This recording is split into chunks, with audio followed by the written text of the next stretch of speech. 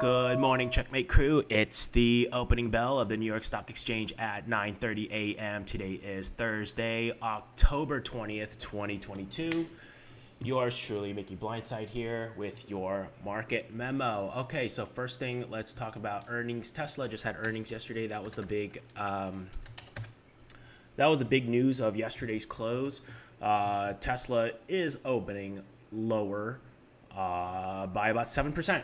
So all those people who chased Tesla thinking that it was going to go up, well, those calls just got decimated, okay?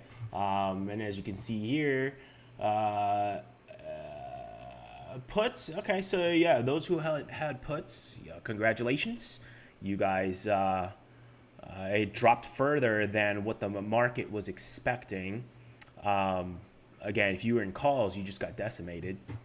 But that's the news of the day. Tesla, they had lower than expected earnings. Elon, of course, comes out and says that, we're gonna have a blowout in the end of the year, though.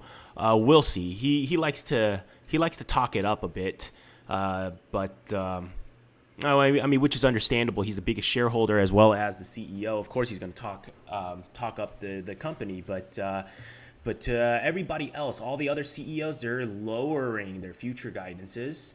Of course, we've talked about this phenomena before where CEOs talk down their earnings expectations to really put in low hurdles. So when they beat those hurdles, their options bonuses get paid out more. You know, if they're able to get options awards at lower prices and lower strikes, and then they beat their ER, well, guess what? They just get a bigger payout.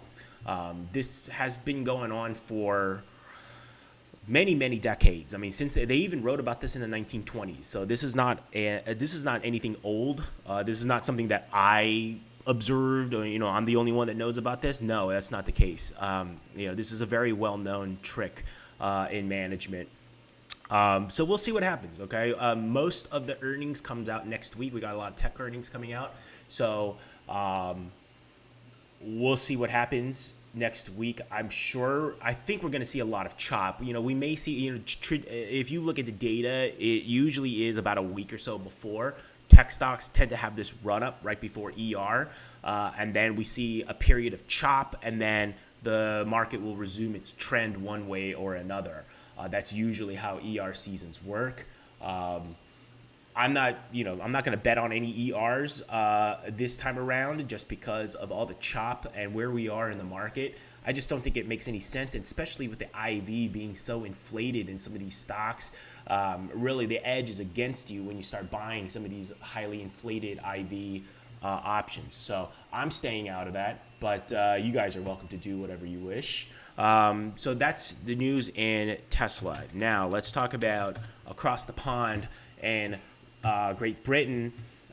We had Liz Truss, the Prime Minister, 44 days into her term, she resigned. So there you go. Believe it or not, there's a lot of people who expected her to leave, and a lot of them were basing that off of the bond market in Great Britain.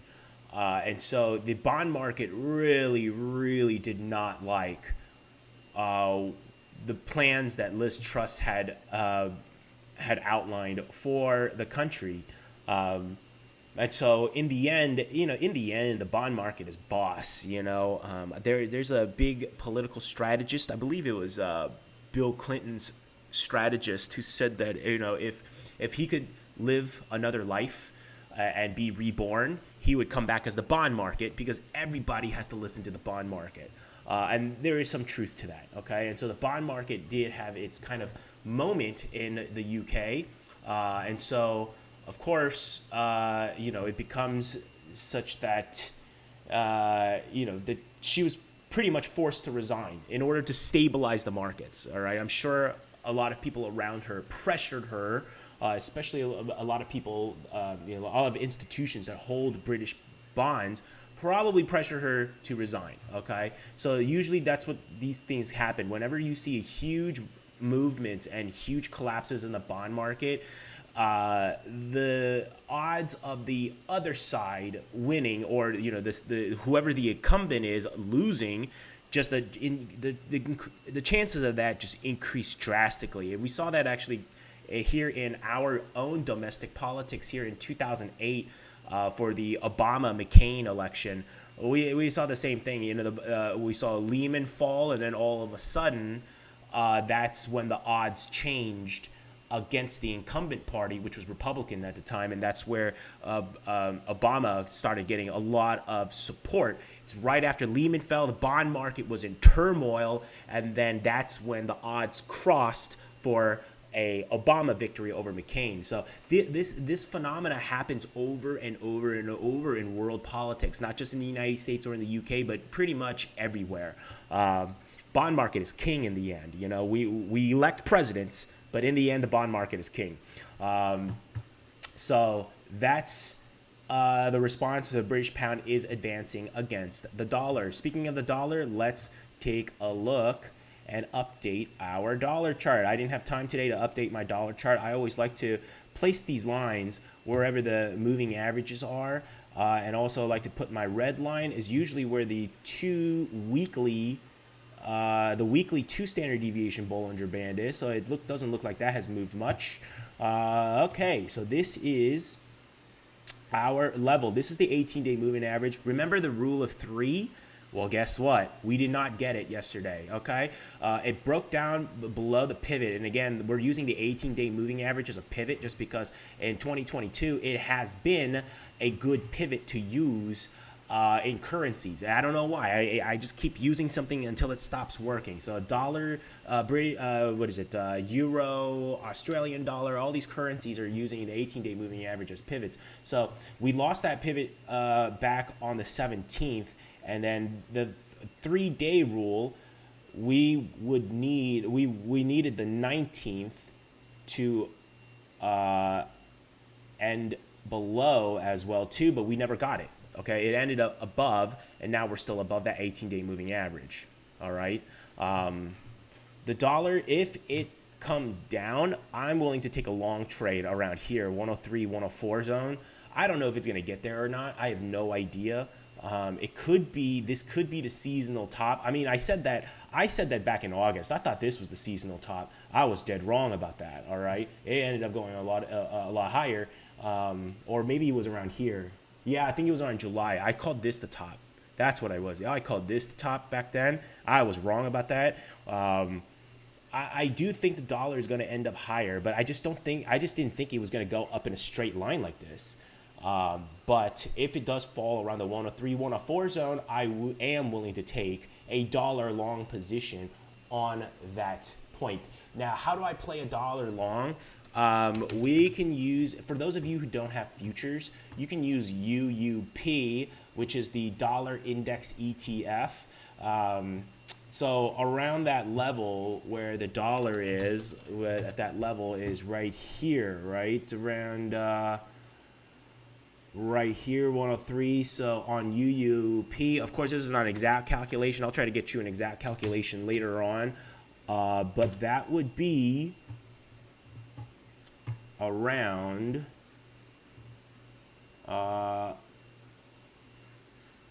this zone right here, 28, around 28.25, 28.50 zone, 28.25, 28.50 zone on UUP. I'm willing to go long right there, okay? How will I get long? Well, we can use options, okay? The 820-day is out, so I might buy leaps at that zone. All right, I might buy some leaps at that zone. Leaps are, it's not too expensive. Implied volatility is not that high on these currency ETFs. We'll see. The spreads are kind of wide though, so maybe not the 820-day. I mean, it just depends on when it gets to that dollar index 104, 103, 104 zone. But whenever it does, that's a little bit more reasonable. I might go with the 456-day one then. Okay, it just depends on what happens there, and it also happens on the IV time skew. You know, where is the IV located? If the IVs are too high in the longer dated ones, then I might go a little bit shorter dated and maybe even do some spreads. All right, but I am planning on getting long the dollar if that dollar index does go to that 104 zone right here. Okay, so I'm adding that to our trade plan right here. I'm going to use UUP, I think. I really want to keep it defined risk, so I really don't want to play futures. You know, just in case if it falls through all the way down, very, very unlikely in this macro environment, but who knows, right? Who knows? So I want to make sure my losses are as small as possible. So I'm going to be going for lower gamma. So, you know, calls that are a little bit further dated out, just so that if I'm wrong, I can just exit at a very low loss. And I'm going to be very patient about it. And really pick my shot at the right moment. And I think that right moment is going to be if we see a fall, like let's say, I don't know, let's say we get yield curve control or something like that, it may go down to here. If the Fed decides to do yield curve control, of course, I don't know if they are or not, but if they do, that would be a great spot to enter long on the dollar, because I do still think that every time the dollar comes down, emerging markets are going to need to raise cash in order to pay for the bond debts that come through at the mid and end of 2023. Okay, so there's still going to be, I think, dollar demand as that phenomena, as we get closer and closer to that date. All right. And that's usually how emerging market crises start. Usually it's because of low liquidity, because everybody's chasing the dollar. And again, that's my expectation. I think mid to end 2023, we're going to have an emerging market crisis, kind of like 97, 98, you know, they call that the IMF crisis. I think it's going to be very similar to that. We're already seeing the Japanese yen going back to those exact levels, which is kind of a funny coincidence, or is it, you know? The Japanese yen is still on its rampage. I mean, and again, I posted this on Twitter. You know, maybe the Japanese, maybe this is what they want, because the Nikkei has been surprisingly strong compared to other world stock indices. So we'll see. All right. Speaking of currencies, let's take also a look at Euro. The Euro, let's update the Euro chart. I haven't updated this chart in a while. So there we go. We're at the 18-day moving average. Again, we're at the pivot. Did we close 3 days in a row above? We did. 9769, and what was the close here? The close was 9771. Okay, so we popped over the 18-day moving average, and we stayed above it. It actually retested. So on a Euro USD, we're actually above the 18-day moving average. We successfully did a 3-day, successfully 3 days of closes over it, okay? So this has, the Euro at least, has fulfilled the 3-day rule. There's still a chance they could go below it, all right? But I think we see a meaningful rally and a risk-on sentiment if this can turn and make this a higher low. If this becomes the higher low and it just keeps going up. If this really starts going up and makes a higher high, I think huge risk-on sentiment will enter into the markets. All right, that's the Euro chart. Okay. And we've been using the Euro as a sentiment indicator. I mean, ever since June or so, ever since it started testing that parity, I said, hey, most likely we're not going to see a meaningful rally unless this starts turning up. So we've got now a higher low. Can we see a higher high? That, I think, would change at least the short-term sentiment of risk assets. Okay. So a chart to keep in mind, okay? Keep the Euro USD in mind. Let's actually take a look at some of our bond data. I think there's some interesting developments actually happening in bonds. TIP TLT keeps staying elevated and is actually gapping up, okay? This is not a good sign for growth stocks, okay? And we're actually seeing that and our growth to value ratio. That's the IVW, which is the growth ETF divided by the value ETF. All right. Growth versus value is still trending down. Okay. So which means that value is going to outperform growth. All right. And I think a lot of that has to do with TIP-TLT. TIP-TLT, which is our forward-looking inflation indicator. It's inflation-protected treasuries divided by long-term long maturity ETF treasuries, long maturity treasury ETF, it's still going up. So what does that mean? That means the market, the bond market, is expecting some more inflation down the road.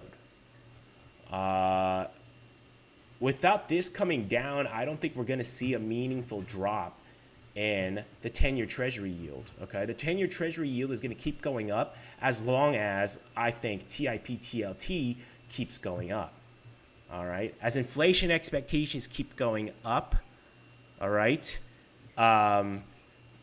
you know, the yield is going to keep going up over the 10-year. Okay, and we're seeing actually short-term yields also going up, breaking above its highs. Also 5-year. Remember ZF are, you know, this, if it keeps going down, I said dash for cash, right? And so that's actually what we're seeing right now, is that we are back to those dash for cash levels. I mean, if you can now go and, you know, fund managers can now get a 2-year treasury bond, get 4.5%, make half their quota that they need to, and not get fired. Okay, basically this supports risk off. Why put risk in the portfolio if you can get 4.5% and wait it out, right? And the number one objective of a fund manager in Wall Street is to not get fired. So this becomes a lot more attractive in this environment. All right. So any rally, I think, is going to get sold off until these yields come down. TNX still is the chart of the day. I mean, I think if TNX just keeps going up and up and up, growth stocks, especially like software, semiconductors, all of that is going to get hit pretty hard. All right. What's actually the market doing? The market's up today. I think a lot of that has to do with options positioning. There's just so many in the money puts right now. I think even though there's rate pressures, this market could still march higher with just the amount of in the money puts there are. But we'll see. Okay, we shall see. We'll see if the TIP-TLT could break down sometime today and tomorrow and create a false breakout. That would change the story, but the window for that is quickly diminishing, unless on the weekly chart. Yeah, I mean, if it closes here in the weekly chart, I mean, that's a huge move. All right. It would have to be this week, latest next week on the weekly chart. I mean, if it closes up here and then next week we have this huge outside week down candle, that would be a false breakout. All right. I'll believe it when I see it, though. If that happens, then we could see TNX really come down. But until that happens, no go. Again, this is what's stopping me from doing anything tech related, going long on anything tech. Is this. All right. Speaking of which, let's take a look at some of the indices. All right. Tech index, Nasdaq. Nasdaq is up today. It's trying to attempt to make a higher low. Will it go up? I mean, again, I think the Nasdaq is going to be the weakest index from our growth to value chart. I think this is going to be the weakest index. If you guys are trying to play a bounce, if you are inclined to do so, I'm not. But if you guys are, I think where you're going to find the most luck is probably with the Dow Jones. All right, the Dow Jones is way stronger than the Nasdaq right now. Speaking of strength, I also said RTY is pretty strong too. But RTY is also very linked to corporate credit. And corporate credit kind of is just like flat right now. You can see our junk bonds ADL. Our junk bonds ADL went down yesterday. However, it's just kind of flat for the last few sessions. Okay, so even the advances 2 days before, I mean, they were all right, and then yesterday's decline, yeah, it gave back some of it. So it's almost like it's flat for the last few sessions. Okay, so it's flattening out. It's neither good nor bad. I mean, it's still at a low point. It's still trending down, but it's flattening out. Will it curve up? If it curves up, then we could see more relative strength come back into the small caps. But small caps is very junk bonds sensitive. It's very sensitive to junk bonds. All right. So again, I think your best bet, if you're going to play long, and again, I don't know why anybody would want to do that, but if you are going to go long on an index directly, I think that the Dow is probably going to be your best bet out of all the indices. Okay. Speaking of the Dow, Boeing, remember those Boeing call spreads I had, and then I got out of them because I got punked out. I only lost like 5-6% on that spread, but I wish I had held. Those were the 130, 150 spreads. I would have tripled my money on this move. Boeing is surprisingly strong. Remember I said that there was a lot of institution accumulation going on, but then this happened and I got scared and I just got out for a small loss.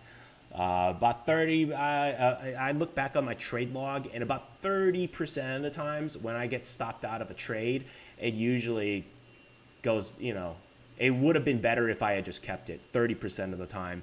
But it's that 70% of the time that forces me to follow my rules. Because 70% of the time, yeah, when you're wrong, you stay wrong, and that's just usually how it is. That's life. That's just part of trading. Okay, that's life. Okay, so there's that. Now we are also, in the thick of earnings season, but also besides the earnings season, right after peak earnings season passes, then we get to Fed season. All right, so Fed season right now. Let's take a look at some of these odds. The odds have been actually shifting right now. If you look at right now, there is a 75 basis point rate hike pretty much baked into the market. Okay, it's 75 basis points in November. Most likely in December, we're also going to see another 75 basis point rate hike. And then on February, it looks like we're going to do another 25 basis points or so, peaking out at around 5.25 in March.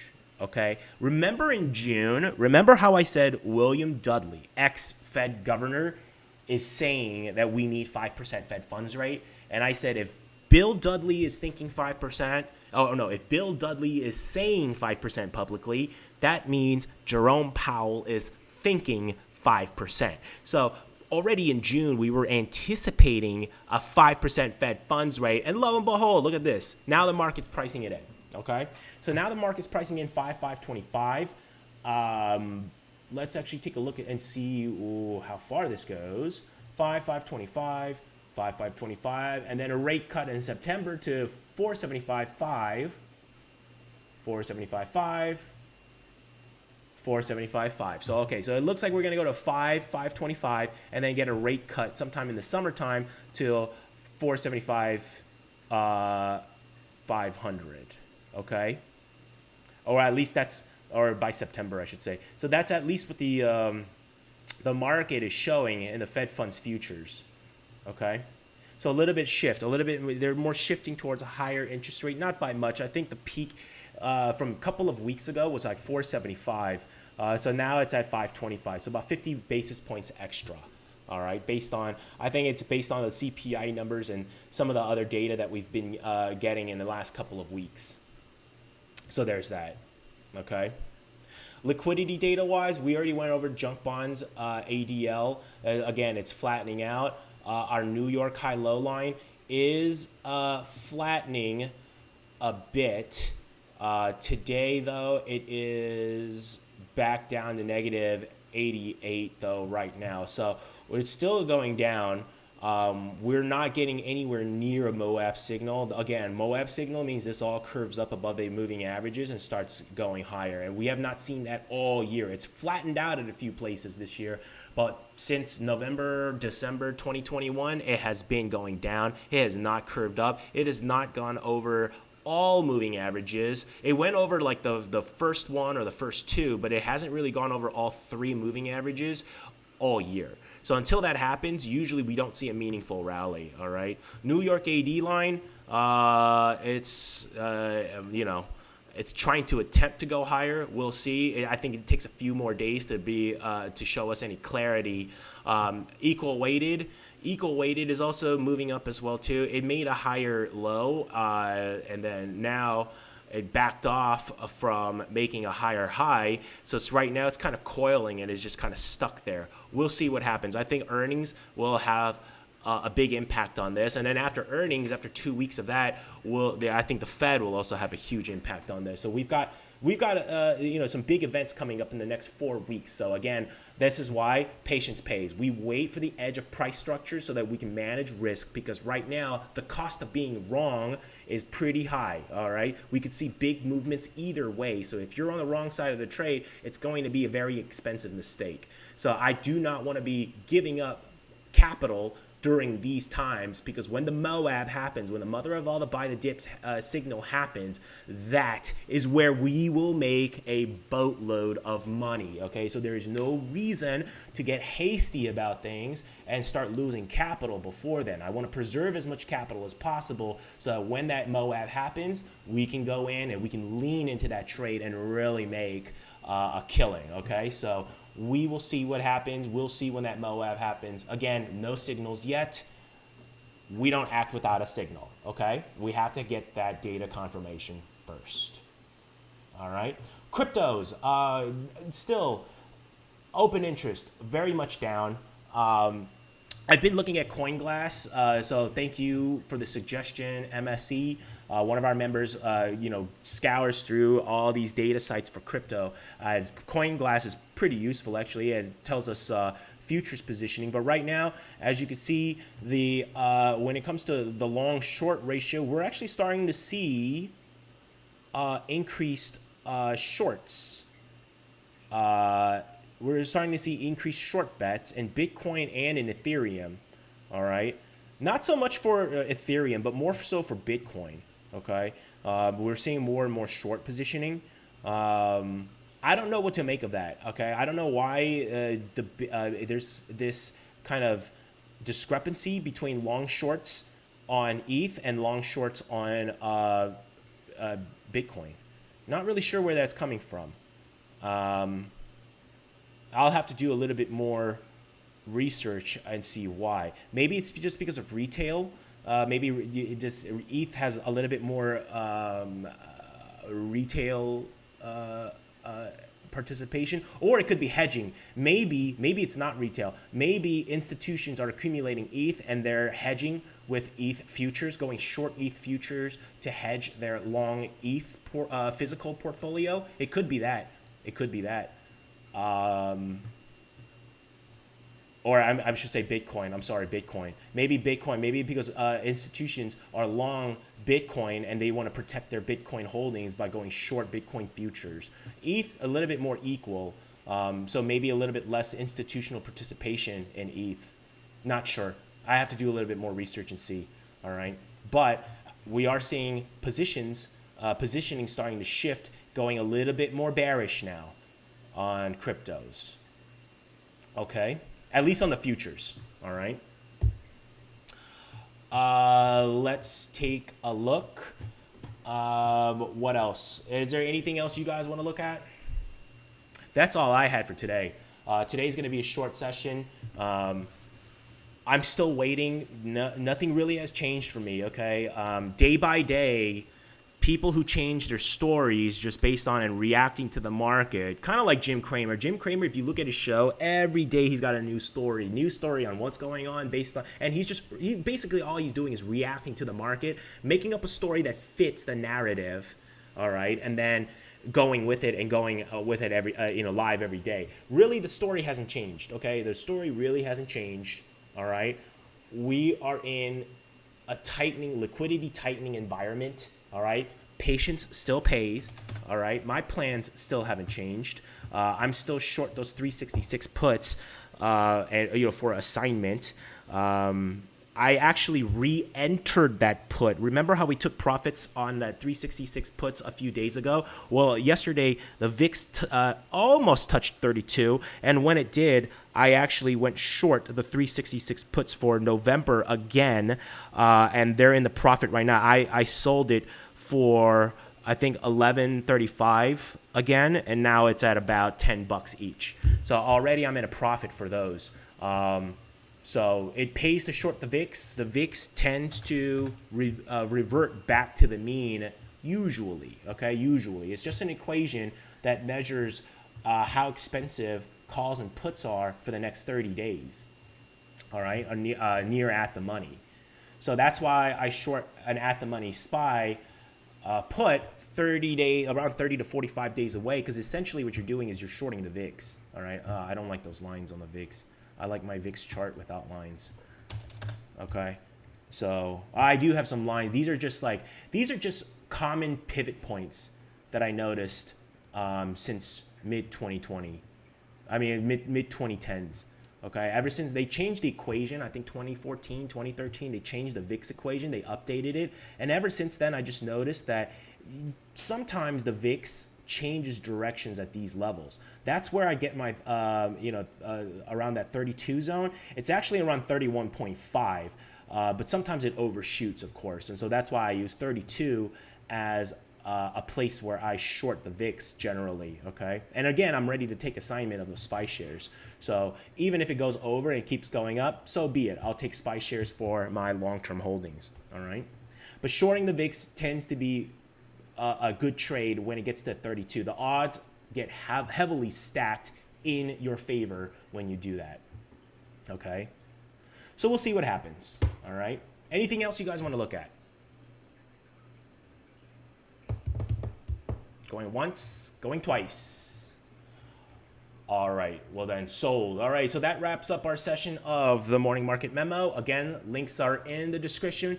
Come join our Discord. It's our Discord invite link is down there. Be a part of our growing community. No sub fees, no paywalls.